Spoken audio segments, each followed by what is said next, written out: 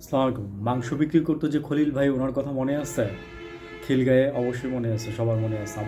আমি জানি যে মোটামুটি সবাই মনে রাখছে। তো খলিল ভাইকে মনে রাখার উদ্দেশ্য ছিল যে যখন নাকি এই যে মাংস নিয়ে সিন্ডিকেট 800 টাকা কেজি মাংস হয়ে গেছিলো হাসিনার আমলে লাস্টের দিকে, তখন ম্যাজিস্ট্রেট গিয়েও মনে করেন যে সিন্ডিকেট ভাঙতে পারে নাই।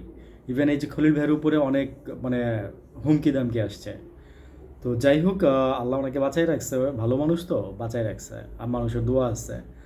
তো খলিল ভাই এখন আজকে একটা অফার দিচ্ছে 16 ডিসেম্বর বিজয় দিবস। আমি এই কথাটা কেন বলতেছি যে আসলে ভাই, বিজয়ের আনন্দ যে মানুষের মনে কতটা হয়, আমি তার আগে স্মরণ করি যে আমাদের এই যে শহীদ যারা মারা গেছে, 71 সালের শহীদদেরও আমি স্মরণ করতেছি, প্লাস হচ্ছে যে আমি আমাদের এই 24 সালের শহীদদের কথা আমি বলতেছি। তো ঘটনা হচ্ছে, এই যে খলিল ভাইয়ের কথা বলতেছি, যে খলিল ভাই আজকে আপনার 699 টাকা, হয়তো বাটির দাম ধরে মনে হয় 720 টাকা। তো এটা অনেক অভিযোগ করছে যে বাটির দামটা বললো না কেন। আচ্ছা যাক, বাটি তো ভাই আপনারা একটা আনতে হবে, এটা আপনারা জানেন, এটা এত ভুল ধরলে তো হয় না। ওটার দাম রাখবে আপনাদের কাছ থেকে, স্বাভাবিক। তো 699 টাকায় উনি রান্না করা মাংস দিচ্ছে, এবং মনে করেন যে সেই মাংসের মধ্যে কোনো হাড় নাই। ঠিক আছে, এক্সিলেন্ট। মানে ওনাকে আসলে ভাবা দিতে হয়, ওনাকে আসলে বাংলাদেশের ব্যবসায়ীদের প্রধান বানাই দেওয়া উচিত ছিল আমার মধ্যে। ঠিক আছে, বাংলাদেশের ব্যবসায়ীদের মানে প্রধান বানাই দেওয়া উচিত ছিল। এই লোকটার প্রাপ্য সম্মান এটাই দেওয়া উচিত ছিল। দেখেন, লোকটা একা ভালো থাকতে চায় না, একা লাভ করতে মানে লাভ করে মানে বড় লোক হবে, ওদের সাথে তাল মিলাই সিন্ডিকেটের সাথে। উনি সাধারণ মানুষের কথা চিন্তা করছে। উনি কীভাবে এইভাবে গরু বিক্রি করা মানে ট্রাই করছে, প্রথমে 600 টাকা, পরে 650 টাকা। হুম মানে এইভাবে দেখা যাচ্ছে যে ওনার মানে লস হচ্ছে না, লাভ হচ্ছে, কম হচ্ছে। কিন্তু তারপরে উনি খুশি যে উনি সবাইকে দিতে পারতেছে।